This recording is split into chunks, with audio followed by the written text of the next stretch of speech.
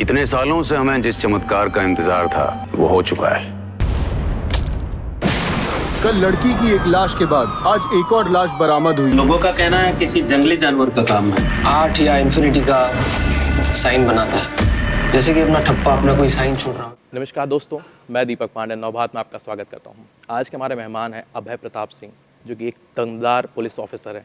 आइए जानते हैं किस तरह की कहानी इस बार ये लेकर आए हैं और किस तरह का किरदार ये निभाने वाले हैं और क्या कुछ कहानी होगी। अभय प्रताप सिंह, नवभारत में बहुत बहुत स्वागत है आपका। Thank you so much. ये अभय 3 जो आई है, पार्ट 3, ऑफकोर्स मुझे लगता है कि जब तक फिल्में सुपर हिट होती तभी शायद तीसरा सीक्वल आता है और ऑडियंस को शायद इतनी पसंद आई है। तो क्या नया सीन इस बार हम देखने, क्या नई कहानी देखने वाले हैं अभय 3 में? देखिए, जैसे आपने कहा कि पहली बात तो अभी बैरोमीटर OTT पे जो बॉक्स ऑफिस का रिजल्ट कार्ड नहीं देख सकते, लेकिन मेरे हिसाब से उसकी सक्सेस का बैरोमीटर यही है कि अगर उसका एक और सीज़न बनता है तो थैंकफुली आज हम सीज़न 3 की बात कर रहे हैं। तो कहीं ना कहीं कुछ ना कुछ अलग करने की डेफिनेटली कोशिश की है, बट उसके साथ ही साथ हम ये जानते हैं कि इसकी एक फ़ैन बेस है, किसी ऑडियंस है, तो हम इसको बिल्कुल भी नहीं ऐसा करना चाहते कि बिल्कुल ही कुछ नया कर दिया, क्योंकि जो चीज़ें अच्छी लगी हैं उन्हें उसमें रखते हुए एक नई दुनिया, एक नया वर्ल्ड, एक नया ट्विस्ट लाने की कोशिश की है। तो अगर आपने सीज़न 3 का ट्रेलर देखा होगा तो नया ट्विस्ट विजय राज की रूप में और उनकी जो दुनिया के रूप में इस सीज़न में आएगा। आसमान में दरार पड़ी है। आज मैं सारी पीड़ित आत्माओं को सुकून की राह दिखाऊंगा। आत्मा की शक्ति और मुक्ति का चमत्कार देखने के लिए तैयार हो? कुणाल, आपने बहुत सारी फिल्म, मतलब जो भी अनगिनत फिल्में जो की हैं, उसमें मैं किसी एक किरदार की बात नहीं करूँगा। आपने कॉमेडी किया, नेगेटिव रोल किया, मलंग में किया, और now you are looking up cop के रोल में, जहाँ की मलंग में भी कॉप का रोल किया था। तो क्या कॉप को लेकर आप फोकस है? नहीं, बिल्कुल। इनफैक्ट मुझे पहली बार ये मौका मिला अभय में एक पुलिस वाले का किरदार निभाने का। और अगर आप उन दोनों में एक चीज़ एक और नोटिस करेंगे कि जो मैंने सोचा था कि मैं पुलिस वाले का करूँगा, मैंने दोनों में वर्दी नहीं पहनी है, विदाउट इवन मलंग में भी नहीं पहनी, सिविल में दोनों में। बट वो बिल्कुल प्लान नहीं था। वो किरदार ऐसे थे जो दोनों मुझे बहुत ही अच्छे लगे। एंड क्योंकि उससे पहले मैंने कभी पुलिस वाले का किरदार निभाया भी नहीं था, तो मेरे ख्याल से मेरे लिए भी अच्छा है, क्योंकि दोनों में बहुत सारा प्यार मिला मुझे लोगों से।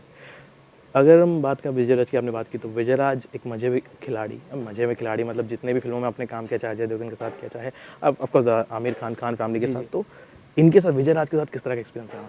बहुत अच्छा, बहुत ही अच्छे कलाकार हैं। इनफैक्ट मैंने इससे पहले उनके साथ लूट केस में काम किया था और बहुत इंटरेस्टिंग था हम दोनों के लिए, क्योंकि वो कॉमेडी फिल्म थी और अब हम दोनों डायरेक्टली एक इस तरह के सीरियस और डार्क तरह के किरदार निभाते हुए एक सेट पे थे।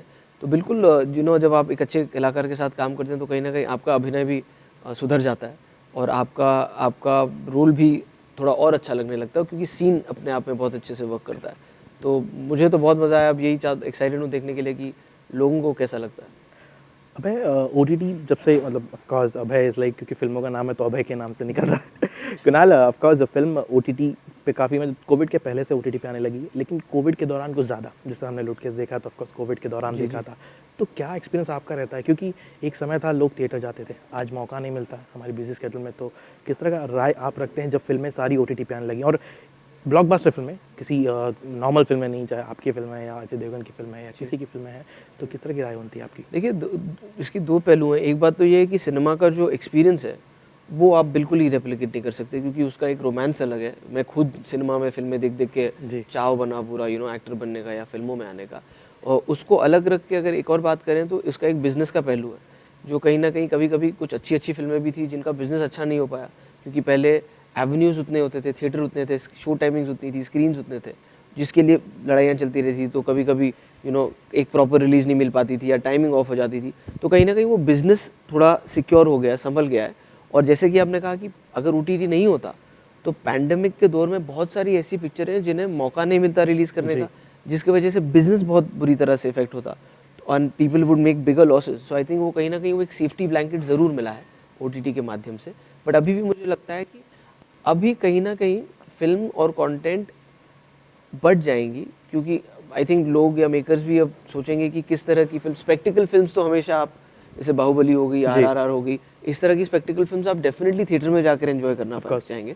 लेकिन कुछ कुछ छोटी कहानियाँ हैं जो शायद कभी पहले बनती भी नहीं, क्योंकि उनको लगता है कि थिएटर में इसका रिकवरी नहीं होगा, लोग शायद इतनी छोटी फिल्म देखने नहीं आएंगे, उनके लिए OTT आज बहुत ही इंपॉर्टेंट हो गया है, क्योंकि अब वो फिल्में बनेंगी, क्योंकि वहाँ पर भी एक ऑडियंस है जो इन फिल्मों को मौका देगी। लेकिन कहीं ना कहीं जैसे आपने कहा रेवेन्यू, ऑफ कोर्स रेवेन्यू का फ़र्क पड़ता है कहीं, क्योंकि अगर एक आम इंसान 150 मिनिमम 150 200 रुपीज़ पे करता है मूवी देखने के लिए, बट आज OTT आ गया तो इट्स वेरी चीप, जी फुल फैमिली देख लेती है। तो इस तरह की इस पे क्या बनती है कि बिल्कुल वो देखिए, एज एन एक्टर आप हमेशा चाहते हैं कि आप, क्योंकि स्पेशली कॉमेडी जैसे लूट केस में इसको इतना प्यार मिला, फिर भी हम कहीं ना कहीं उस चीज़ से रह गए कि यार वो थिएटर में जब आप 200-300 लोगों के साथ फिल्म देखते हैं और स्पेशली एक कॉमेडी फिल्म देखते हैं तो उसका एक माहौल अलग बनता है, क्योंकि हंसी इन्फेक्शियस होती है, और जब 300 लोग ठहाके लगा लगा किसी चीज़ पे हंसते हैं तो उसका एक हाई अलग है।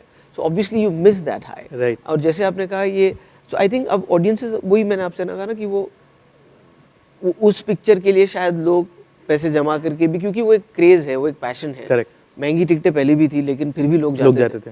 तो आई थिंक अभी वही है, जैसे मैंने आपसे कहा कि कुछ कुछ फिल्मों के लिए लोग कहेंगे कि नहीं यार चलो ये तो थिएटर में जाके देखने का मन करता है जी। और कई लोग ऐसे हैं जिनको थिएटर में ही फिल्में देखनी है, क्योंकि वो हमारा कल्चर बन चुका है। अब आगे की जनरेशन जो आज से ही पैदा हुई है, जो फोन्स और लैपटॉप्स और आईपैड्स पे यूज्ड टू है फिल्में देखने की, वो लोग आगे जाके क्या करेंगे और फिर वो क्या होगा मुझे नहीं पता, लेकिन इस जनरेशन में तो मुझे पता है कि थिएटर्स कभी they're here to stay. Kunal, आपने अलग अलग जॉनर्स में काम किया है, and of course as you acted also like in a might be comedy and then serious role किया, देन नेगेटिव रोल किया। किस रोल में आप अपने आप को लाइक इंटरेस्ट के साथ करते हैं? एज अ एक्टर, बतौर एक्टर सब कुछ करना है ठीक है, लेकिन किस में आप एंजॉय करते हैं? मैं ऑनेस्टली मैं ये काम ही नहीं करता अगर मुझे इसमें मज़ा नहीं आता। मुझे एक्टिंग करना बहुत पसंद है। किस जॉनर में? सारे जॉनर। मुझे एक एक्टर की ज़िंदगी बहुत पसंद है, क्योंकि भले ही कुछ मोमेंट्स के लिए ये एक ही जॉब है जहाँ पर आप अलग अलग किरदार जी सकते हैं। मैं आज अभय प्रताप सिंह 2 महीने के लिए पुलिस वाला बन सकता हूँ, उसके बाद लूट केस का नंदन बन सकता हूँ, या कुछ भी बन सकता हूँ। तो वो जो प्रिटेंड वाली लाइफ होती है ना, मुझे ऐसा लगता है हम अपनी लाइफ में भी आधे से ज़्यादा समय तो प्रिटेंड ही करते रहते हैं। Correct. अंदर क्या चल रहा है और बाहर हम क्या दिखा रहे हैं, वो एक्टिंग ही कर रहे हैं। तो मैं कहा चलो यार ये एक्टिंग अगर इसको थोड़ा और अच्छे से करके स्क्रीन पे कर सके, so I really enjoy it. But मुझे भी मज़ा आता है कि अगर अलग अलग जॉनर्स साथ साथ करते रहे ना तो आपको और मज़ा आता है। नहीं तो अगर आप बैक टू बैक एक ही जॉनर करें, मुझे नहीं लगता मैं बैक टू बैक इंटेंस करना चाहूँगा, क्योंकि वो इमोशनली बहुत ही ड्रेनिंग होता है। तो जैसे अभय किया, उसके बाद मैं अगर जाके एक, जैसे मैंने कभी कॉमेडी फिल्म ख़त्म की उसके बाद, तो मेरे लिए बहुत अच्छा रहा कि वो एकदम फिजिकली, मेंटली और इमोशनली एक अलग जोन में जाके काम कर रहा है। सोहा को किस तरह का जॉनर आप में इंटरेस्ट लगता है? Because of course Abhay 3 trailer के बाद किस तरह की उनकी व्यू रही? उनको अभय पसंद है, बट मुझे जनरली पता है कि people are more excited when I do comedies, because वो that's from the people's perspective I know. But I think Abhay और मलंग जैसी फिल्मों से मुझे ये कॉन्फिडेंस भी मिला है कि once in a while they don't mind watching me in something like this, and the fact that we are doing season 3, I think I'm doing something right. But I'm aware that I think comedy is a bit of my forte, which people enjoy more. हर कोई जैसा क्या वाकई मुझे लगता है audience पसंद करती है कॉमेडी जॉनर में आपको। 2022 की शुरुआत हो चुकी, लगभग हम मार्च एंड पर हैं, अब नेक्स्ट मंथ अप्रैल लग जाएगा।